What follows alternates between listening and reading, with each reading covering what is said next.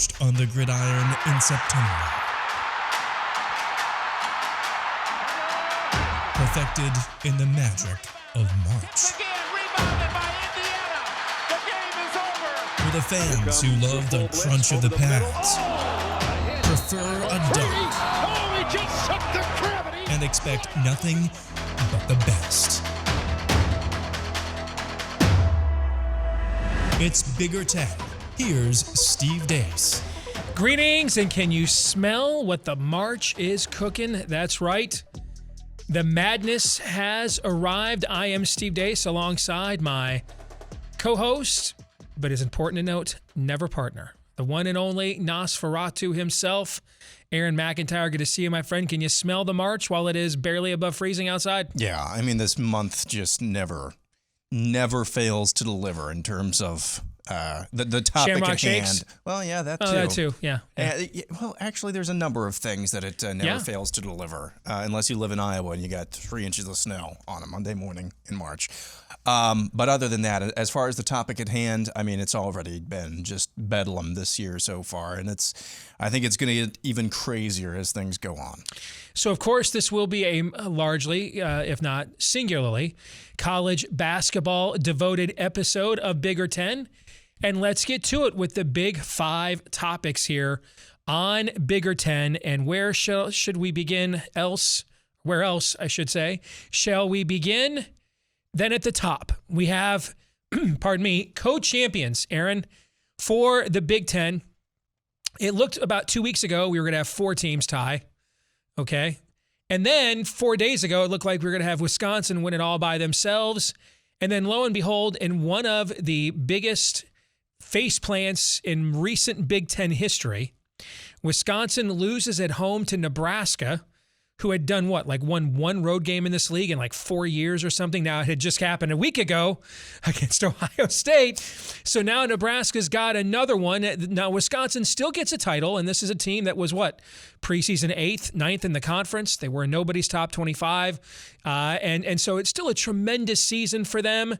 But they got to feel it's a little bittersweet after dropping that game at the end. Of course, the big news is the injury to Johnny Davis and that ankle sprain. And what does it look like for him moving forward into the postseason now? But that allowed Illinois to steal half of a Big Ten title. Its first since the 2005 Final Four squad. But Illinois's got Iowa really to thank for that. The Hawkeyes missed just enough free throws to help Illinois win half of a Big Ten championship. And so you've got the biggest surprise team in the league, and what I think is the best team overall, top to bottom, end up sharing the Big Ten championship for this year. Yeah, and tangentially on Nebraska, how many teams in the last 5 years of Big Ten play in back-to-back weeks have gone on the road and won in Columbus and in Madison? That's a great point. That's great teams, yes. Yeah, that's a very, very slim list, so I guess congratulations to them because that just doesn't happen. As far as Wisconsin and Illinois goes, I think, a lot of people had Illinois up towards the top, but you're right. Wisconsin was not, they picked to finish 10th. We'll get to that, the final standings here in just a little bit. But hats off to them. I mean, when you look at the way that they did it as well, Johnny Davis kind of came out of nowhere. And man, I know Keegan Murray, there's a lot of statistical categories where he's better than Johnny Davis. Mm-hmm. Keegan Murray does as well. And this is coming from an Iowa fan. But Johnny Davis, I love watching that guy play. He is... he's got an old man game, that tweener NBA kind of mid-range game. But at the same time, I don't think I've ever seen somebody finish at the rim the way that he does. So talented. Somebody finishing at the rim, I think of Luka Garza last year, but it was like robotic. You could tell that guy had finished at the hoop or put on putbacks 1,000 times in practice over the summer. It just seems not like no matter what angle Johnny Davis finishes at, he can just put it through the hoop. But it wasn't him. It was Chucky Hepburn with that dagger three-pointer off the glass. Off the glass in Madison that propelled them. And then Illinois. I mean, those guys just keep coming at you. They just keep coming at you over and over again. You're right, best top to bottom, and then best in terms of depth as well, I think, in this league. And so hats off to both of those. They're bringing Andre Corbello off the bench. Now, I know he's not had the year that was anticipated, but would he be the starting point guard for every other team in this league? Yep. and he's coming off the bench for Illinois. So there you go. Final Big Ten standings, as we take a look at those, Illinois and Wisconsin share the title at 15-5. Purdue a game back at 14-6, all alone in third. A three-way tie for fourth between Iowa, Ohio State, and Rutgers. And because of tiebreakers, Rutgers gets its first double bye top 4 seed ever in the Big Ten basketball tournament. Michigan and Michigan State share 7th place. That's got to be disappointing for both teams, but for different reasons. Michigan was the preseason number 6 team in the country, although finishing 7th looks pretty good compared to what we were thinking about them about 6 weeks ago. Michigan State got off to a tremendous start and then really faded down the stretch to finish 7th. Indiana in 9th place at 9-11. And you start asking yourself, I know former Indiana player, assistant coach Dan Dockich has been bringing this up recently, is it Indiana tradition or was it just Bob Knight? Can nobody else get this job done here other than Knight? Now, Crean won a couple Big Ten championships, but his teams didn't do well in the NCAA tournament, and so that's why he got run. Maryland in the AP preseason top 25. Finished tied for 10th with Northwestern and Penn State. Of course, the Terps fired their head coach early on, so they're in the market for a new head coach. And then Minnesota and Nebraska tied for 13th, so Nebraska doesn't finish 14th in the Big Ten, I believe, for the first time since the last couple of years under Fred Hoiberg, because they had a team under Tim Miles that was in the 4th place back in 2018. That team just didn't make the NCAA tournament. So, your thoughts on where these teams are in terms of how they finished? And wow, you're right, Wisconsin was 10th, even lower than I thought. So, your thoughts on how they finished as opposed to where we predicted them to? Well, I put the Big Ten preseason media poll up there. I mean, it's pretty stark. Now, it's easy to get the bottom of the league, I think, right, with Minnesota and Nebraska wasn't picked to finish last, surprisingly, by the media. But look at the drop. Michigan and basically Wisconsin, you could kind of swap there almost. Wisconsin was picked to finish worse than Michigan, obviously, or picked to finish worse than Michigan ended up. Kind of swap Maryland and exactly. Iowa too there if you want. Yeah. Yeah. So a lot of things shook up this year, but probably the most impressive, I would say, in terms of preseason expectations, besides Wisconsin, and you could throw Iowa in there, is Rutgers, just because. I guess I'm just throwing him a bone. I think my thing last year was they're good at something. Well, finishing in the top 4 in the Big Ten, even if it was on tiebreakers, that's a pretty good accomplishment, especially considering they don't play as up-tempo or as proficient of offense as a lot of the teams up there. So I think hats off to them. The Player of the Year race, and I think this is one of the better and deepest Player of the Year races in this league and that I can remember in several seasons. We've already talked about Johnny Davis. He ended up winning officially Big Ten Player of the Year, but your boy Keegan Murray there, I mean, just smooth, dude. I mean, everything he does is smooth, no wasted motion whatsoever. Him or Jaden Ivey, best NBA prospect in the league.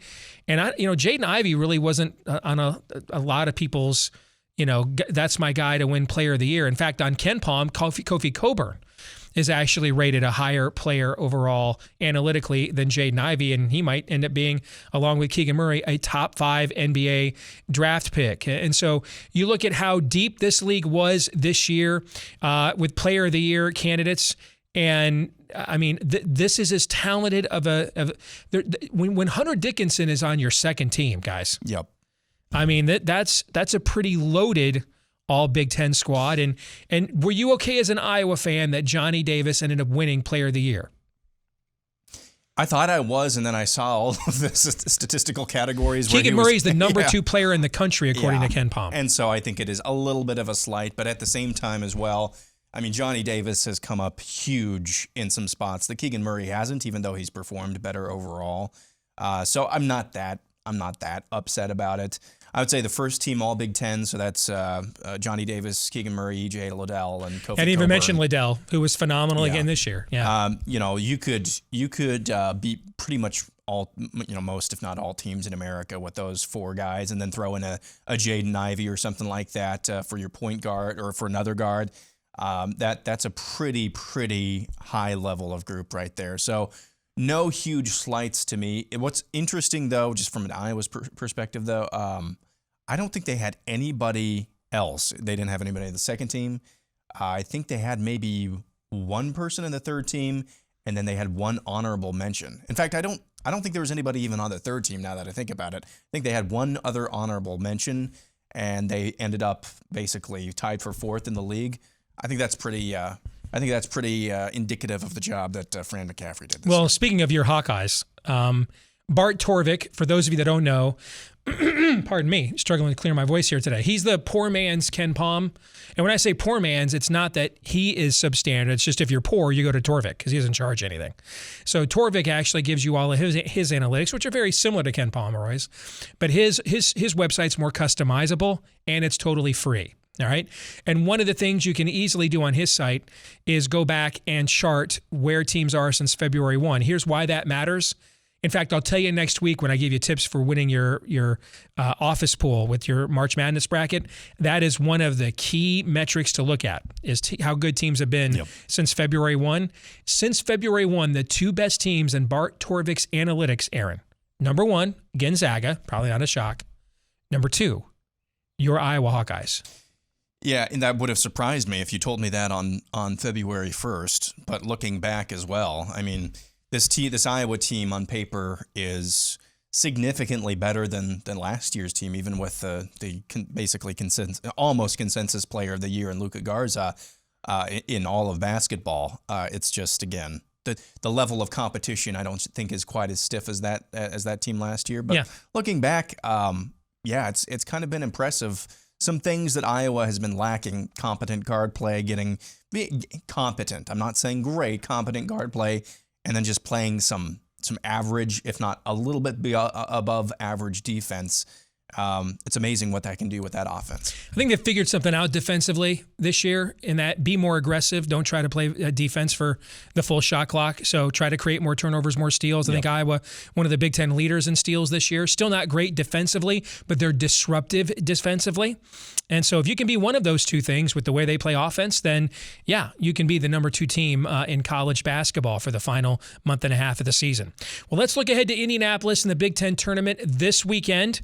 So each of us will now give our predicted brackets for how we think things will go. In the first round here on Wednesday night, I like Nebraska to upset Northwestern. Well, I did until we found out that maybe their best player wasn't going to play.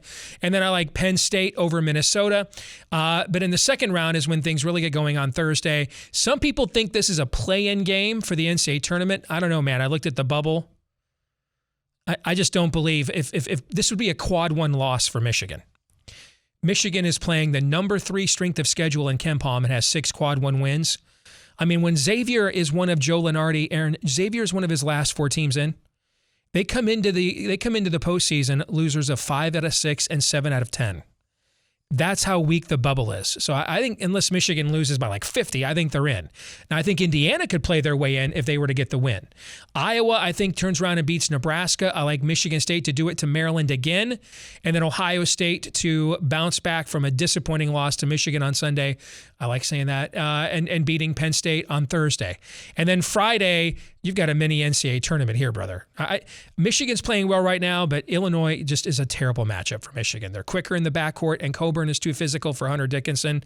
And so that's why we struggled against him last year. It's why we lost to him twice this year, and I think we lose to them again on Friday. I like Iowa over Rutgers in a complete and total contrast of styles. Michigan State to come back and get a huge upset. That's kind of a Tom Izzo March special. Plus, I'm not sure Johnny Davis will play. And if I was Wisconsin, I wouldn't play him. You're not really. It's doubtful he could hold up for 3 games in a row, and you're really playing for the NCAA tournament. You already got a ring. I wouldn't play him. And then I like Purdue against Ohio State. You're going to see that I like Purdue this weekend on the semifinals on Saturday. I like Illinois over Iowa. Too much Kofi Coburn against Iowa's lack of interior metal. And then I like Purdue to get revenge against Michigan State for a tough loss in East Lansing a couple of weeks ago. And then I like Purdue, the team that might be overall the most talented. I think Illinois Illinois is the best and most rounded, but in terms of the amount of shot makers and scorers that you can put on the court at any one time, I think Purdue might be the best. They had the number one offense at KenPom for quite a bit this season, and I think they're the team that comes in with something to prove. Like Illinois last year, remember Michigan had won the Big Ten by winning percentage, and Illinois was kind of like, hey, we beat them. Shouldn't we be there as well? And that gave them huge motivation going into the conference tournament. They ended up winning it. I think the same thing happens with Purdue this weekend, led by Jaden Ivey. So that's how I think things are going to go this weekend in Indianapolis. Aaron, what about you? So I've got a few upsets in here, which we'll take a look at now. I really wanted to do a few other upsets as well, but we'll just get rolling here. I think Nebraska will be able to take care of Northwestern pretty easily. I don't, for whatever reason, Hoiberg, ever since he got that contract extension or renegotiation, whatever, what have you, they've been playing really, really good, so I like them. Penn State over Minnesota. Minnesota is in shambles right now overall. On Thursday, I actually like Michigan over Indiana as well. I've got Iowa over Nebraska. I almost chose Nebraska over Iowa with as hard as they played them the last time, but then I just realized Iowa has basically had Nebraska's number when they're not playing in Lincoln, so I couldn't do that. So Iowa over Nebraska. I've got Michigan State over Maryland. Maryland, their season basically over there at that point. And then I've got Ohio State over Penn State. So pretty similar first couple of days to you. Then I have a big upset, Michigan over Illinois. It's really hard to beat a team 3 times in 1 year, especially if you've got as much talent as Michigan has.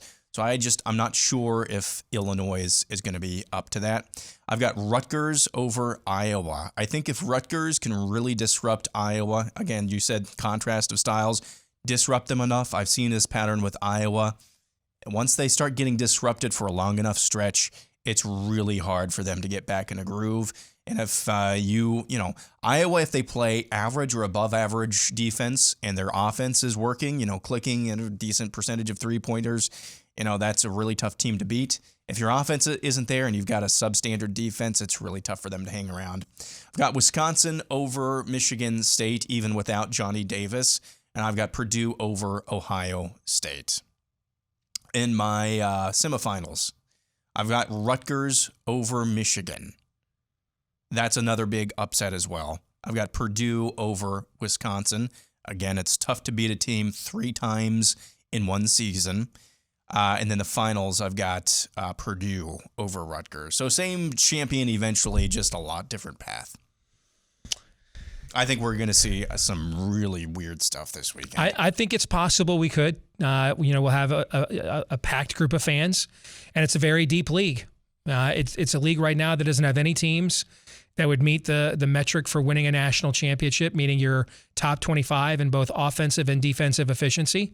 But it's also got a league that I think there's 8 teams in this league that could get to the second weekend of the NCAA tournament if they got hot and got the right draw. So it's possible that we could see some absolute carnage this weekend. And since my favorite team's the 8th seed this year, I'm all for carnage this year, the Big Ten basketball tournament. We'll come back and play our weekly game of Would You Rather here in a moment. Time yet again to play our weekly game of Would You Rather here on Bigger 10. Aaron, I begin by asking you this question. Would you rather hire Rick Pitino or Kelvin Sampson as your next basketball coach if you were the AD at Maryland? Which Hall of Fame resume with a controversial past would you most be willing to take a chance on? Now, I'm not as familiar with Kelvin Sampson, so I'm not as familiar with him as I am. It's not quite as salacious. I mean, he wasn't Pitino. banging a chick on the side of the road at a restaurant, for example. Here's the thing. I don't want Slick Rick within 60 miles of me or my wife or really any women for that matter. So I would take Kelvin Sampson, and that's pretty easy, at least to me. Okay. This one's for you. Would you rather witness an improbable run from a team like Nebraska in the Big Ten tournament or see the better teams over the season battle it out on Saturday and Sunday? That's a good question. I'm all for improbable runs if it doesn't come at one of my favorite teams' expense. That's my answer. Yep. If it doesn't come at one of my favorite teams' expense, and I think they're actually on the other side of the bracket, right? So they're the 13th seed, correct? Yep. Nebraska is, because Minnesota's 14th and we're in 8. So they're on the odd side of the bracket. So, I mean, yeah, if we played them, it wouldn't be until the final. So I'm all for watching Nebraska make an improbable run. You bet. I like that one. But if it comes at my favorite team's expense, I'm all for chalk. That's kind of how I roll. All right, so this one is for you. Would you rather hire Richard Pitino or John Gross as your next basketball coach if you were the AD at Maryland? In other words, which fired former Big Ten coach who landed elsewhere would you most be willing to give a second chance? I'm not really sure about Richard Pitino. I thought he had something going there for a little bit at Minnesota, but it really never materialized into repeatable and consistency.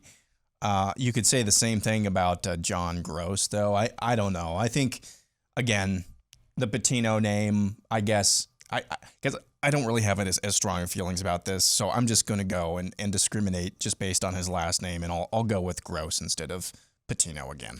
And who doesn't want to hire a coach whose name is Gross? Exactly. Yes.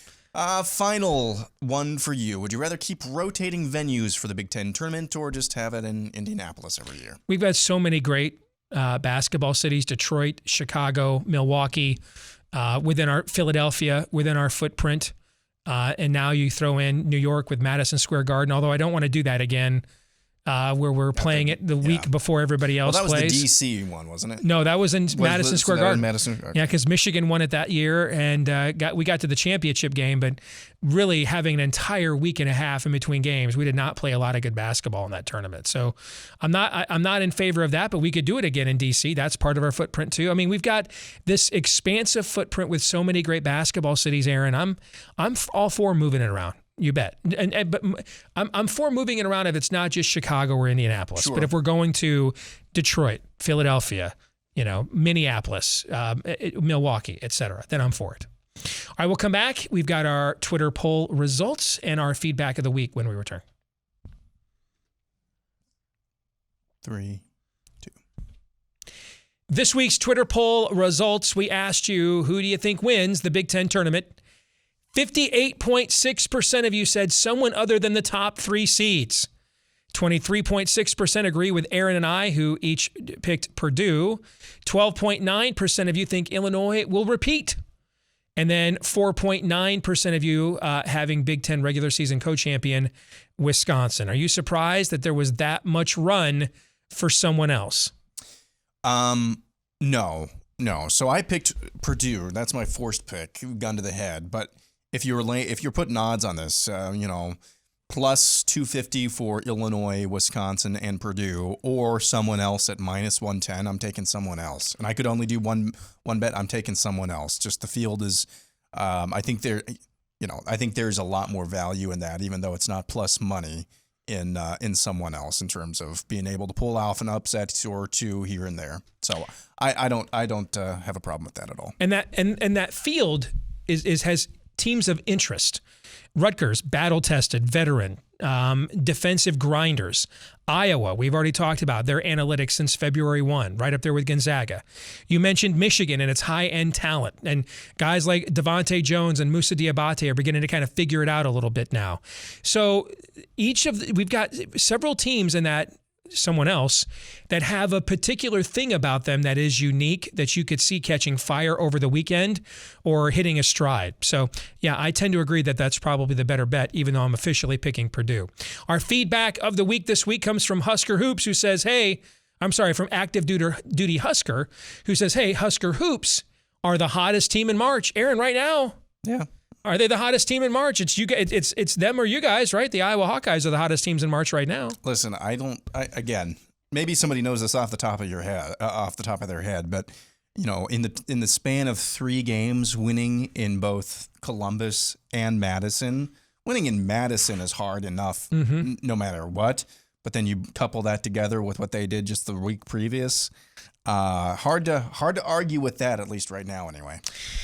Well, this is just the first step to the madness, of course. On Sunday, we'll have the unveiling of the bracket. If you come back here to our channel next week here on our next episode of Michigan Podcast, as we alternate back and forth, we will give you the tips for winning your bracket that have helped me actually perform very well in bracket contests the last few years. So that is an episode that you do not want to miss. It might make you some money.